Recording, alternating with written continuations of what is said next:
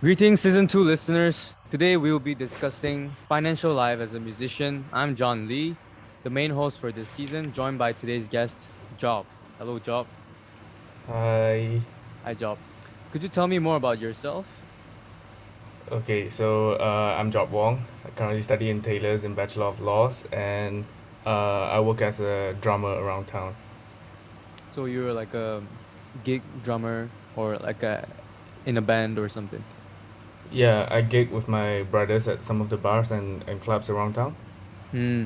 Okay, so actually, a fun fact, Job is like my music club colleague. He's a band manager for Taylor's Music Club. So I know him well, but since you guys are the listeners, we'll explain more about Job later on. So basically, Job is a drummer, and he plays all types of percussions. Or you play drum, but also other. Yeah, so generally it's either I play the drums or I play the cajon, which is like a box of sorts, which kind of replicate the sound of a drum. Yeah, but I heard that when you know how to play drum, you basically know how to play like all the other percussions. Is that true? Uh, Kind of true to a certain extent, but they're like percussionists are better at playing percussion instrument like bongos and stuff much better than me lah. Like I don't particularly focus on instruments like that. So what's the difference between like drum and percussion? Because drum is also like pretty percussion in a Like percussion okay, category, right? yeah, so that's true. So drums is like a percussion instrument, but basically when I refer to drum, I refer to the drum kit, where it's like the traditional Western drum kit. Mm. Most people play, and for percussionists, most of the time they focuses more on like like individual percussion instrument like the bongos, the congos, or Mm. tambourine, cowbell, or whatever. So basically, they master that side of the instrument. Mm. But most percussionists know how to play the drum. Most drummer to know how to play like percussion instruments like that as well. Most of the time it's interchangeable lah. Yeah. Okay, so can you tell more about like what your gig is about? What is a gig actually? What? Basically, it's just like being hired to bars or clubs or whatever to play as a live band, to entertain people who come to the place lah. So Mm. yeah, that's basically all there is to that. Is it more like a freelancing? Yeah, you could say so. So most places they hire you and you come back every week. Mm.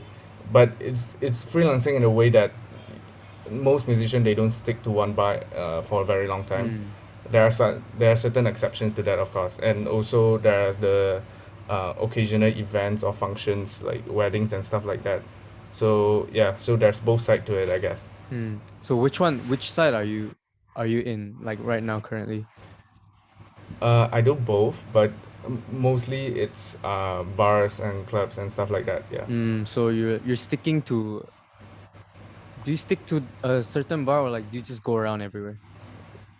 Uh, these couple of months have been like going around everywhere, so I Uh, haven't stick to like one bar for too long these days. so Yeah. basically it's like very fluctuant lah. Like this month Yeah. you might be going on somewhere, then the other month you might be sticking because the bar is actually good. They treat you well, they pay you well. Yeah, it is. Like sometimes you get not so nice manager or a not so nice audience or crowd that doesn't really fit your style well, so you jump ship. And Mm. sometimes it really matches well, so you stick with a place. Yeah, basically, I feel like job is like the what do you call a gig economy member, if I can say that. And gig economy is becoming big. It's the future. Is the future, and it's a new type of economy where people really don't really look into it. And I feel like job is in the gig economy that not many people know about because what we think is we have a job and we go 9 to 5, like it's a permanent job, permanent for like a few years, I guess. If you're good enough, then you'll stay there. But like I feel like gig is more like spontaneous, right? Spontaneous, Yeah, on the it is go. more spontaneous. Yeah, in the sense that you are not really tied down to one place most of the time. so you're free to make a lot of decisions, and also in the sense that you're not like contractually bound to Mm, one place. There are certain bars who do that, but that's not really, I don't really participate in that, and also that's not really ethical in a sense as well. that's not preferred Yeah. as a in a gig economy. So Yeah, contracts are so not really ethical. yeah, so contracts usually they do that to kind of like newer musicians who come on the scene. So they try to tie those newer musicians down with a contract, and Mm, they give a really low wage, and they mm, can't really advance from there due to the contract being there. Yeah, so usually some bars do that to bully some musicians, I guess. mm. I feel like gig economy is the future because it focuses on your skill rather than, you know, I know you, so I'm just gonna hire you, or like I'm not gonna fire you because you're my friend. It's more like gig is like you can hire anybody that's good right now on the spot, and your skill reflect the pay reflects the skill. So I feel like it's a good economy, I guess. How do you feel about the gig Yeah. economy? Yeah, definitely. I think it's much better than the economy of like, just sticking at one place for 40 years until you retire. I feel like Mm, that's kind of a very boring place to be. mm, But of course, there are like different sides to, the gig economy as well. mm, With some people might be bullying, where also some musicians, they don't really stand up for themselves. So like their quality might be really high, but they get really shit wages and stuff mm. like that. Yeah. Yeah, I guess there's always bullying in some places, but Mm-hmm. gig economy is more focused on the skill, so your pay reflects that too. So if you're bad, Mm-hmm. then most of the time your pay is good. Yeah. I mean, your pay is low, and if you're good, Yeah. your pay is high. Yes, that's what's Mm-hmm. good. So I know you as a very good drummer. Actually, you adapt right on the spot, like very neatly. You just go in like that and just you know blend in. I guess that's the word. So I'm pretty sure you get a very high pay, right? Uh, I mean, it's subjective and it's also Subjective, relative. relative. Yeah, but it's decent, I guess. Yeah. Is Also decent. because I work with my brother, Mm, who used to study in a music college, and he has been in the scene for quite a while. So mm, basically, through that, my pay is higher than, I would say, a lot of drummers here. So in a sense, like we want to know what a musician is to you right now. Like, what are you as a musician? You have anything to say about that? Uh, do you mean the life, like the life that I lead, or like in terms of music itself? Right now, like in terms of music, like what are you as a musician, and like, Uh, okay, so basically, I'm pretty relaxed with my style, and also what I do with drumming and stuff. So, I work on gigs, and I'm not particular about genres and stuff like that. So, I'm alright with anything really, because I just want to learn, and I'm mm, also alright with, like music club stuff, which mm, are, not paid, but I still mm. enjoy doing that because, it's part of my passion. Yeah, I can see that because you're like the most frequently present member in music club. When every jam session I see you there, almost every jam session I see you there. So I feel like that's a part of you that I can learn from. But as a relaxed musician, what is money to you? Like, do you use it as a tool to kind of like in learn more, excel more in your music career, or like you just use it for entertainment? Yeah, there's definitely both sides. So there's only so much there's only so much you can do with money in terms of improving your skills as a musician. So of course, I buy new equipments, I repair equipments when they're broken, basic stuff like that. And sometimes I buy new stuff just because I like the sound of it better. But uh, you can't really you can't really improve your skill if it isn't there. So I also have to work on like more technical stuff, which doesn't require money. And in terms of spending money on enjoyment, I guess I guess I do that quite a lot as well. And I would say the balance is about in terms of improving equipment, it's only, it's only like 20% or 30% of the job, I guess. Mm. So what? So would you say like you spend about 50% of your income on entertainment? Is that Um, Not really. Uh, Actually, yeah, that's quite true. Actually, 50. I would say it's about 50% on enjoyment, and then maybe about 20% go into savings, or 20 to 30% go into savings and stuff, and then some for investing in better equipment. But mm, I don't really have something that's fixed, so mm, it kind of fluctuate every month depending on how that month goes. so if you feel like Yeah. it, then you just go in. Yep, I'm not a very disciplined person. Do you feel that most drummers are like this? Most drummers. I actually haven't met a lot of gigging drummers, but I would say most musicians are kind of like this. Yeah, that's how I would describe it. Yeah, to be honest, me as a musician, I really love to look for new mics. And Yeah. as a singer, actually, like new mic is always attractive, especially with better sound quality at such a cheap price. You always want to copy it, even though you have like one mic already or like another mic. In my Mm-hmm. at my house, I already have three mic, and I still want more. I think that's the part of a musician. You always want better equipment Yeah. to showcase your skills. Yeah, that's very true. Like in terms of drums, like buying cymbals and stuff like that. And I know guitarists love buying new pedals and Yes. guitars and stuff. Yeah. Since music is so expensive, right? Many Mm-hmm. people think if you want to be an artist or if you want to be a musician, you have to be broke. To what extent can you agree to that? All right. Okay, so for this statement, right, I would categorize myself as extremely lucky in the sense that my Hmm. brother is a working musician, so I got together with him and I worked it out. But um, so for my position, I wouldn't agree with that statement. But I would say for a lot of musicians starting out, especially not around KL, like in other states like Johor, Penang or whatever, uh, that statement might be more agreeable to them Hmm. than myself. So I guess that's true in some sense, and I would say that's true in a lot of cases. But personally, it doesn't quite apply to me. So so usually how much does drum kits and like the repairman costs? Okay, so I have one drum kit at home, like my home back in Johor, which I only use for like uh, I only use when I get home or for certain special occasions.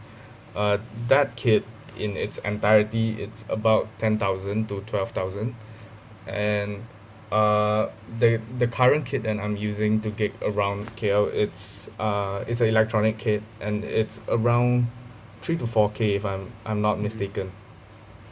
Yeah. So So that's about the range that you can go with it. so do you have any advice, especially in terms of finance, to give to the starting drummers to who wants to gig around? Mm, well, first of all, that's gonna there's gonna be a lot of hardships. So I personally didn't experience too much of that, fortunately, because as I said, I work with my brother. But I can see that, like, in the current environment, it's extreme, especially for drummers, because drummers is kind of, as a bar owner, they won't want drummers to come in their clubs most of the time, because they think it's too loud, they think it's unnecessary.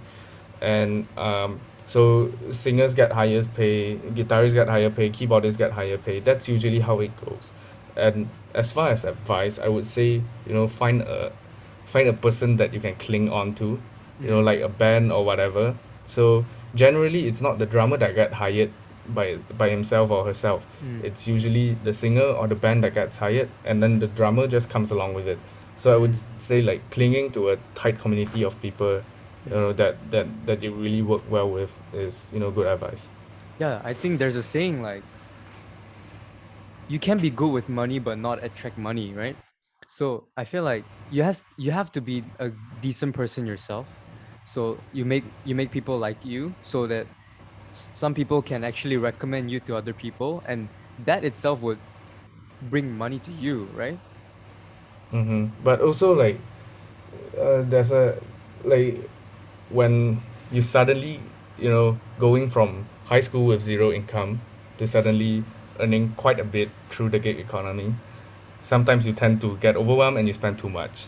Mm, That kind of happened to me when I first started, mm, and it might be still happening right now. So basically that would be kind of control your expenses by a bit, especially in terms of stuff like alcohol and stuff like that. Yeah. mm.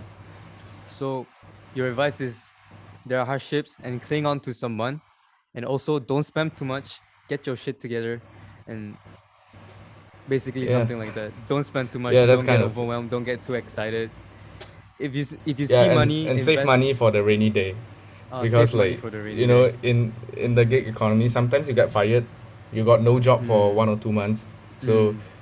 in that 1 or 2 months you are suddenly broke and you have nothing to you have no money, you have no gigs. So I would say save some money. Are there any pay delay? Like of course, personally, I really experienced that a lot as a songwriter. I get pay delayed for like 1 week, 2 weeks, and like I can't really spend money on that spot even after like submitting my project. Yeah, because the entire scene is so loose, and like I said, there's no contract whatsoever. There's definitely places where they delay a lot. Some places you go in, you finish the set, they give you cash. So places like that are good, but then some places the most delay I've experienced is about 1 month. Oh wow, So yeah. that's a long time. So how did you kind of maintain the money making and Uh, like the money flow? So, so basically at that time I had two gigs at that time. So thankfully uh one of them delayed the payment, but the other paid in cash. So I Mm, still had one revenue stream. So it's kind of fine for me. Yeah. mm, So that doesn't really bother me too much. So basically, what he's saying is like I was lucky enough to have another gig, Mm-hmm. and even though there was a payment delay, he still were able to like maintain his lifestyle. But let's Mm-hmm. say you're a beginning drummer, there is gonna be a hardship like more than you can imagine, and you might get fired like after one gig, and you might not have a Mm-hmm. job for what job said was 1 to 2 months, but also 3, 4 months, 5 months, 6 months, or even a year. So Mm-hmm. always prepare yourself and get a contingency plan. Yeah, something like that. So, any Mm-hmm. last words for musicians, especially drummers specifically? Um, I think like the scene is quite unforgiving, Mm, especially for drummers, and I experienced some of that. And I think most drummers who want to get into this scene would experience even more of that because mm, of how lucky I was when I got into the scene. So I guess my advice would be just to sit tight and endure that. And also in terms of financial advice, I don't think I'm in a very good place to give that, mm, but I would say definitely save up money for rainy days, because there will be a lot of that. mm. Thank you, Job. How old are you again? Are you 19? Yep, I'm 19. Are you turning 20? No, no, no. I'm turning 19 this year. You're turning 19 this year. Yep. Okay, so basically this advice is coming from like a young successful drummer. So please keep that in mind. I wouldn't say successful, that it's relative. I mean, relatively successful, I guess.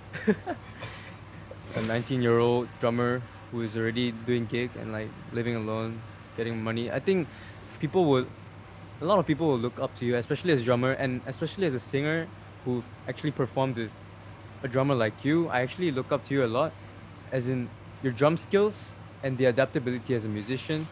So that's why I decided to invite you on my podcast. Thank you for joining. and thank you for the All advice right. and the insight of your life. Might have been a sensitive topic. All right. No problem at all. Thank you Okay, for having me. thank you, Job. Okay, All so right. thank you guys for introducing. And dear listeners, note that the contents discussed can be subjective and not applied to all students, meaning it's limited to the speaker's experience. Thank you, and see you later. Bye.